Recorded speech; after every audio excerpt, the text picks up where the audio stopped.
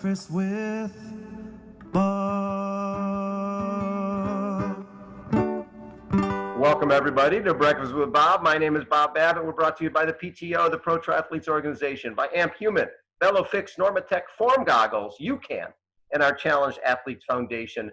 Our next guest, Ironman world champion, Olympic silver medalist, Paralympic gold medalist, XTERRA world champion, the amazing Michellie Jones joins us from her palatial estate garage, I see. How you doing, Michellie? Great, thanks, Bob. Yes, I'm in the pain cave, the giddy up pain cave. The giddy up pain cave. You have gone from athlete and still racing at a high level as age group athlete, but you're digging the coaching. Yeah, I love it. I love it. It's such an awesome opportunity to share like all the experiences that I've had. And I usually tell my athletes, for one, I would never give them a workout that I personally haven't done. And two, if it hasn't happened to me, it's never going to happen. Well, that's true, because you got into the sport. We met in, I think, 1990, and you had been into the sport already earlier than that. How old were you when you got into this crazy stuff? I was 18, so I started like basically my first year of college, and that's how I actually paid my way through college, is doing like small little races here and there. And my roommate was quite jealous because he had to go work a normal job, and I got to race triathlons on the weekend. And you know, you get a couple $100 here, a couple $100 there. It was like, I was just lucky. And now your twin sister, Gabby, was she into this stuff too?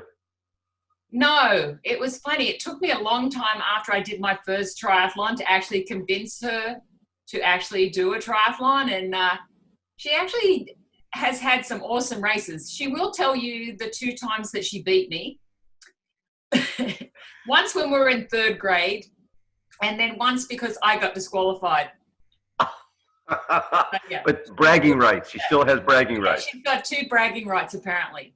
Oh, no, she's actually got 3, because she will tell you she beat me in a running race because she did it 2 years later and went faster than me. Oh.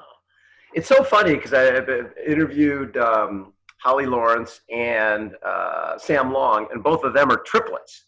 That's awesome. And yeah, it's interesting talking about how as triplets, they each sort of found their own thing.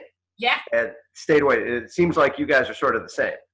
Well, I mean, it was one of those things where I think Gabby loved triathlon, but she didn't like the stress and the pressure of racing triathlon. So she loved the process of training. But you know, it was funny though. Yeah, in school, she was better at some events compared to me, and I was better at other things. But because we have the same physiology, we pretty much look very similar when we're running, biking, and swimming.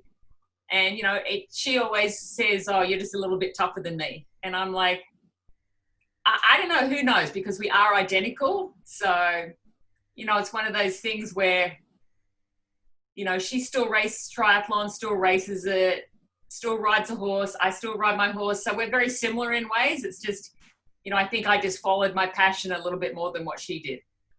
So when did you get the feel that, okay, I'm making a few $100 here and there while I'm in college? When did you get to the point where you thought, you know what, I think I could make a living at this? Well, I never really thought I'd ever make a living. You know, it was one of those things, you know, because when I first started, it was just, you know, I was getting myself through college, and then I'd saved up enough money to come and race in the US in 1991. So it was basically make or break. I didn't have a lot of money with me. I think I had about $2,000. So it was like, if I don't make any prize money, then I'm going to have to go back. So it was either like all in and trying to figure it out. And if I wasn't going to make it, then I had to go back home to Australia. I mean, I had won a lot of races in Australia, but the first week I was here, I got injured. So that like really messed with my plans to race at my best, because it took me a little bit to get rolling. It's like the first race I missed out on prize money. The second race I just missed out on prize money. But then I started, you know, making a little bit of prize money here and there. So that really saved me. And of course, Bob, you actually helped me get my first sponsor here. Danskin. Yeah. So, you know, it was thanks to you that like I got to stay here for the rest of the year, because you came up with this fantastic deal, and I loved the Danskin product. and they also had the Danskin Women's Series, and I loved racing sprint distance races and then supporting women's triathlon. It's like I was in heaven, short and sweet, and racing amongst my peers and encouraging other women to race as well. I think people underestimate how successful that Danskin series was. You had sometimes 2,500, 3,000 women at events all over the country, BMW up for grabs, major sponsors on board, Yeah. and brand new women finding a sport that they knew nothing about. I mean, I had so many awesome memories. I mean, yeah, I was lucky enough to be one of the people to win a BMW. How awesome was that? But it was also, you know, these people who had never done a triathlon, and, you know, there's so many stories. Like this one woman was like eating cake after the swim. She's like, I survived the swim. This is my reward. You know, there's so many great stories like that, you know, and it's same with me. It's like, I never thought I could do triathlon, but, you know, it's amazing what you can do if you like see somebody else doing it for one, and then having a really, really awesome environment that's all about finishing. It doesn't matter if you were the first person or the last person. It was just about getting across that finish line and doing a triathlon. Throughout the 90s, I think it was 95, 96 when they announced the sport was going to be in the Olympics. Up until then, you're racing ITU series, you're racing winning world championships. I think what you win, 3 world championships? Two world championships ITU. Yes. So when you heard that it was going to be the Olympics was going to accept triathlon in 2000, and the inaugural event was going to be in Sydney, Australia, what were you thinking? Well, there's a whole backstory like to getting into the Olympics as well that, you know, maybe a lot of new people don't know about. It's like, you know, we were doing traditional triathlon, swim, bike, run. You weren't allowed to draft, like sit behind anyone. It was about you swimming, biking and running. And then to make it more exciting for the Olympic audience, now they wanted to encourage more like criterium style of racing, where you get out of the swim, you try to work with people, and then whoever is the fastest runner after that. So from a traditionalist point of view, I mean, I didn't want it to be like that. I wanted it to be a swim, bike and run, but I totally understood. So it was then a matter of like, not just thinking, oh my goodness, we're in the Olympics, but this is a whole new sport, because team tactics were coming into play. Definitely you had to be like, we had so many great Olympic caliber swimmers in triathlon around that time that, you know, and then we had some great runners. So it was like, okay, who's going to be the best athlete? Not just a swimmer, not just a biker, not just a runner. You had to be a well-rounded athlete. And I think my transition was probably a lot easier than other people's, because I had tried to accomplish that when I was like a traditional triathlete. So yeah, like, but then the opportunity to go, oh my goodness, when I was a little kid, I wish I was good enough to go to the Olympics, and then to find a sport that I was actually pretty good at. And then to find out, like, after you've been doing it for quite a few years, oh my goodness, we're going to be in the Olympics. And as disheartening as it was not to make it in Atlanta 4 years before Sydney, to be in Sydney, my home country, where so many of my friends and family would never have the opportunity to see me physically at the Olympics. And that's what made it so special for me, that opportunity for all those people who have helped me over the years to actually like be in the stands in front of the Opera House seeing triathlon showcased. And like, how cool it was, not only is triathlon being showcased, it's the first day and it's the first medal event. The cool part was, and it's how it's sort of the perfect storm, the woman who produced all the Ironman TV shows for NBC was Lisa Lax. And so she's given the job of producing the triathlon for NBC in the Olympics. And she's like, we have to open the Olympics with the triathlon, because that way we can showcase this in the Opera House, right? And we can show the harbor, and we can give people a postcard from Sydney, and we'll use this great sport of triathlon, which she knew. And that's exactly what happened. How big were those crowds? You know, it's like, I've never been to a triathlon where there was that many people. I mean, Australia, you know, had good crowds support at other triathlons, but this was like nothing else, because I'd never been into a race where you physically can't even hear yourself, your heartbeat, you can't hear all that. It was so loud and intense. And like when I went to warm up the morning of the race, the crowd was going nuts then.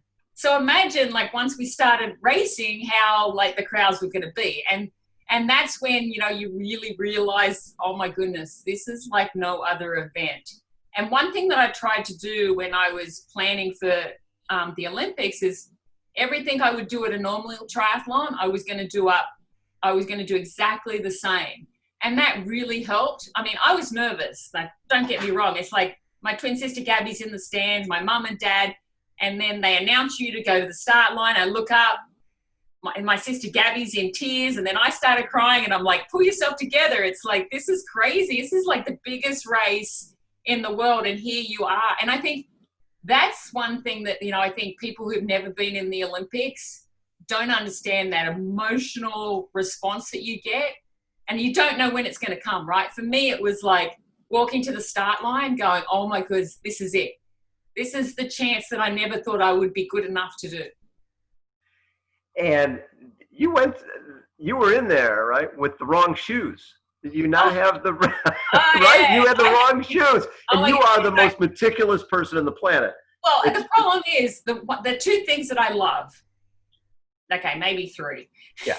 Okay, I love racing in a new swimsuit, and I love racing in a new pair of shoes, and I loved having my equipment all match. So my sponsor at the time, Reebok, had done some green and gold racing shoes. And I mean, the model I had raced in a lot. And for some reason, these were like half a size too small. And I put them on race morning, and I'm like, oh my goodness. So Gabby came to the rescue. I had another pair at the house, and she literally handed them over the fence to give them to me to put in transition. So who knows what I would. Usually I carried two pairs of shoes, but one would have been a training pair and a race shoe. But I'm like, oh my goodness. So now the lesson is I always try those brand new pair of shoes on before I race, the night before, to make sure that they fit. But yeah, I guess I'm a little superstitious in that respect, that it's like when you put a new chain on your bike. If you've never put a new chain on your bike, it's like the best feeling in the world. It's like so smooth. And to me, that's what like a new swimsuit felt like, and a new pair of running shoes. I'm like, this is it. This is how I want to feel, as fast as I can be. So I had seen you race a lot. I saw you in sprint finishes with Karen Smyers and with Paula Newby-Frazier and with a lot of people. I've never seen you lose a sprint finish. So when I saw you come onto the carpet with Bridgette McMahon, I'm thinking, this Michellie's got her exactly where she wants her to be. What were you thinking?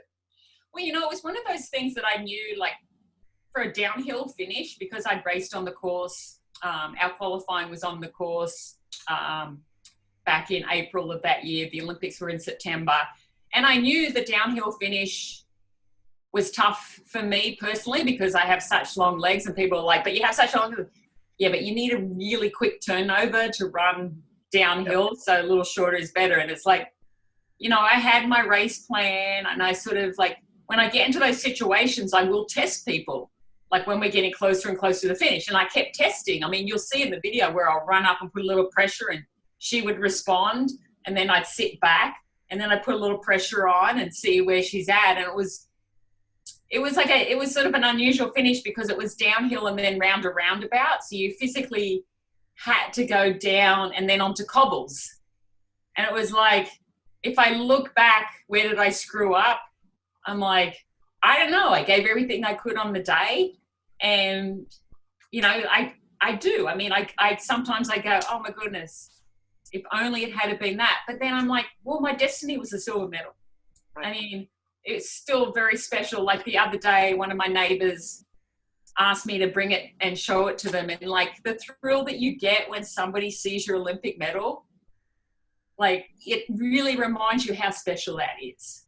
And it brings back so many awesome memories. And it's like, you know, I tell people, you know, if I had won the gold medal, maybe I wouldn't have gone on to Ironman. So that's why I say my destiny was the silver. And what's always been fascinating to me is I remember that you won the silver, and that evening, originally you didn't want to go out, but we went out. I was pretty tired. You were pretty tired, yeah. But every park we went to, that silver medal was the golden ticket. It didn't matter, right? Everybody wanted to meet Michellie Jones. Remember when we got mobbed and we had to call the police in to help us? Yes. Yeah, and getting into the bar. The bar. There was lines around the bar, but pulling out the silver medal got us into the bar. That wasn't a problem.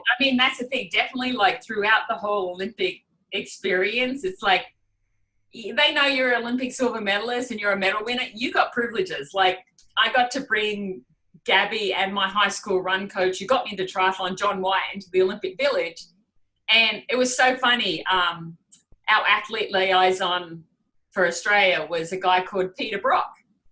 And he's a famous race car driver, passed away now, but he was my idol when I was growing up. And he comes and sits at the table with us. And then Gabby proceeds to tell him how much I'm in love with him. And I'm like kicking her under the table. I'm like, shh, he's going to like never talk to me again. But, you know, like so many awesome memories. Like I even got to see Kathy Freeman in one of her, actually in the final of the 400. So because winning a medal winner, you got extra privileges. So how cool was that I get to see like Kathy Freeman? If you don't know who Kathy Freeman, she actually got to light the cauldron, won the gold medal in the 400, Aborigine, absolutely awesome. I mean, I was sitting on the bus and she's like the biggest sporting star in Australia. And I'm sitting on the bus and she comes over and she goes, "Congratulations, Michellie." And I'm like, cool, Kathy Freeman knows who I am. That's the coolest. Yeah, going into the Olympics, I think it was Michellie Jones and Kathy Freeman in terms of the big stars, right, going into the games. Yeah. And so, and then a couple of years later, Bridgette McMahon goes positive, right, for drugs. Did it ever go through your mind that, man, maybe they'll take that gold away from her and give it to me? You know, it's funny. You're the first journalist that's ever asked me about that in particular. And I sort of go back and it's like, I can't change anything and I can live with everything that I've been able to live with. And it's one of those things where I'm like, I know I was clean. I know I had a great race. Hold on, I got a little puppy issue. Hold on. Okay. Someone wants some attention. Yeah. So back to it. I mean, now I think as I've gotten older, I mean, she passed all the tests when we were there. Yep. So, I mean, it sort of puts a big question mark. Yes, that things, you know, but, you know, she's never admitted it. So it's one of those things where sometimes I feel cheated for sure. I'd have to be honest. But then again, that's not what happened. And as I said, you know, if I had won the gold, maybe I wouldn't have got all these other awesome opportunities, right? Yeah. Do Ironman, help guide Katie Kelly at the Paralympics, you know, so in that respect, I can't complain about anything. What always has been one of your great traits is you have been able to say you've been one of those glasses, not just half full, it's overflowing. And you win the your test event on the Athens course for 2004. Win it, right? Yes. And then you're not put on the team for 2004. Now, obviously, that's going to make you a little angry. But the positive of that is that leads to you connecting with Paul Newby-Fraser and deciding you're going to do an Ironman. And for our audience, you came over to watch Ironman. And I remember being with you, standing outside the medical tent, as Mark Allen, who had just won the race, is being carried off the stretcher. His legs are like throbbing, right? He looks like he's a flounder who's just been taken out of the water. And your exact words to me were, never. I will never do this race. Yeah, I mean, I was still fairly young. I mean, I was still in, you know, my mid-20s, I think, when I actually went over to watch the Ironman, and it scared me. it really, I'm like, who wants to like swim, bike and run that far? That's for crazy people. And yeah, like it's disappointing. I mean, that was probably like, if I look at my entire career, the biggest heartbreak was not making the Athens team. Yeah. Because I'd won on it, got the silver medal in Sydney. Definitely I wanted to win the gold. But again, it was like another opportunity. Like I could have like retired. I could like, here I am at the top of my game. And then all of a sudden I'm throwing myself basically under the bus, because like a lot of short course athletes haven't done well at Ironman. And that was that, you know, to be able to like go, okay, I've had all this success, but let's put even more pressure on and see how you go in an Ironman, in an event that I said I would never, ever, ever do. And I mean, still to this day, I think of myself as a speed demon, not an endurance animal. I mean, I would rather go and run like some intervals on the track than go and run 2 hours. Always. So yeah, but I mean, the team around me was smart. Let's get Paula on board. You know, I was, you know, well into my 30s by then. So it's like, I needed somebody who was going to like know exactly how to win that race. And Paula did. I mean, she's proven it. I mean, you know, she'd won it like so many times. It's ridiculous. To me, she's like unbelievable in terms of how fast she went back then, how many times she won it, and the fact that, you know, they didn't get to race as much as you get to race now either. No. So, and it was like only a couple of courses around the world that you had to master. And, you know, she mastered Kona. And, you know, the best advice she ever gave me was like, when I first started doing long course, just treat it like a long training day.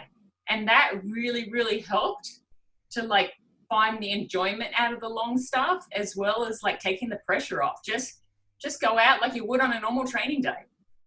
I think one of her first calls when she signed up to coach you was to me. To Bob. Bob, no more tinsel triathlon, no more of calling Michellie and taking her to all your silly little races every weekend. She has to train long every weekend. How hard was that for you? Because you love to race as much as I do. That's the thing. What's crazy right now with COVID-19, like Can't race. Like virtual racing, I'm like, I love the atmosphere. I love feeding off everyone's nervous energy. I mean, I love getting out there and like racing for an hour or less. You know, I love that. And like it's been so taken away from all of us. So Paula took it away from me for Ironman, but it was like, she actually still let me do a couple of races. And I think that really, really helped, because that's my passion, is racing fast and hard, where she was like, hey, slow down. Put a heart rate monitor on to slow you down, not to go make you go harder.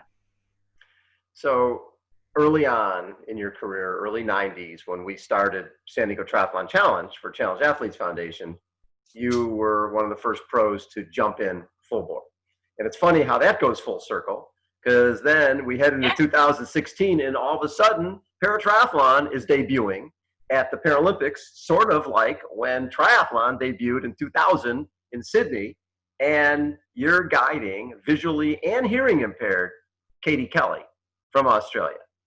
Going to Rio, how special was that?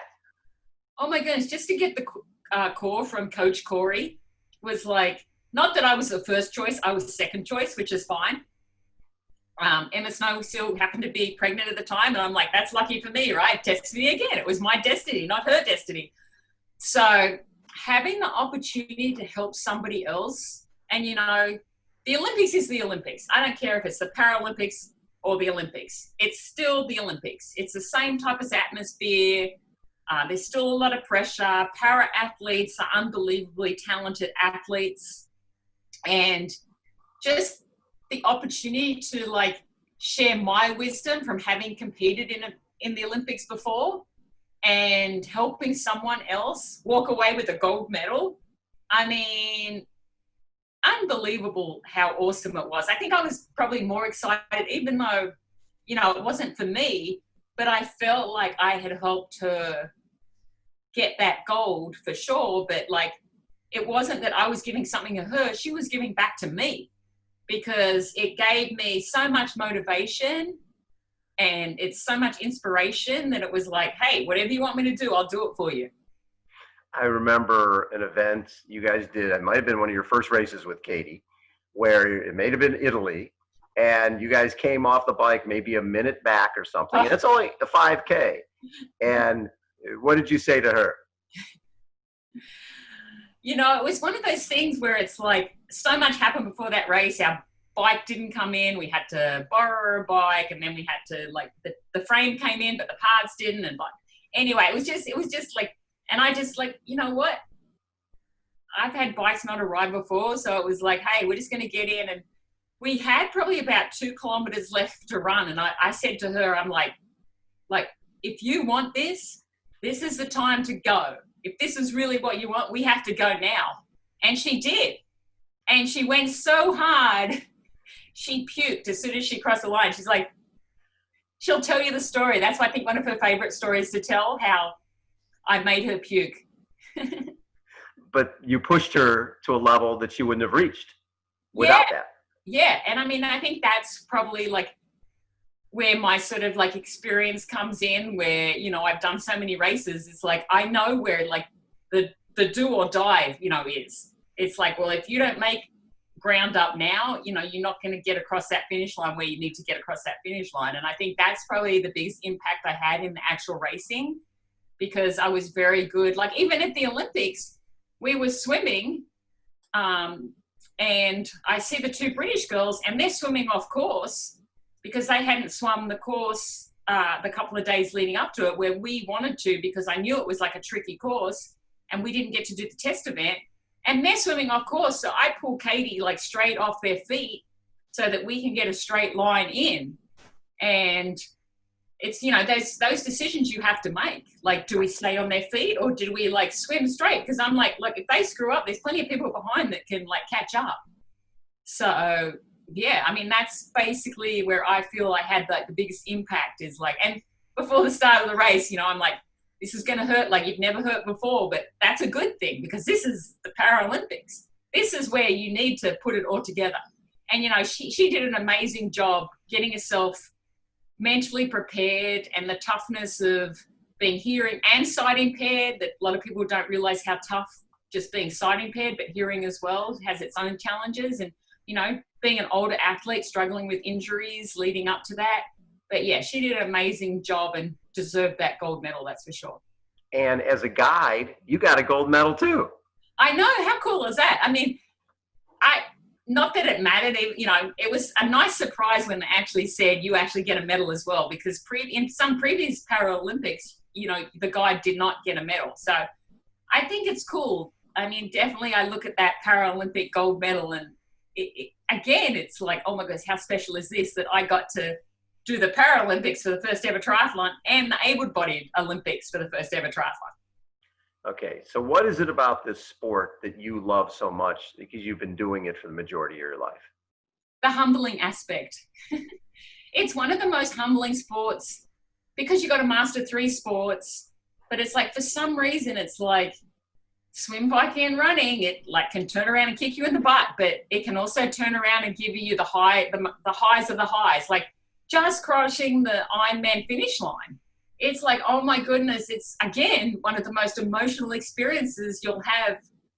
And it's just, I don't know, there's something so special about swim, biking, and running. But, you know, as you always say, Bob, just when you get sick of swimming, you get to ride your bike. When you get sick of riding your bike, you get to run. When you get sick of running, you get to finish. But, you know, that's how it is, because it doesn't matter who you are, it's still a challenge to swim, bike, and run, even if you've done thousands of them or you've done none.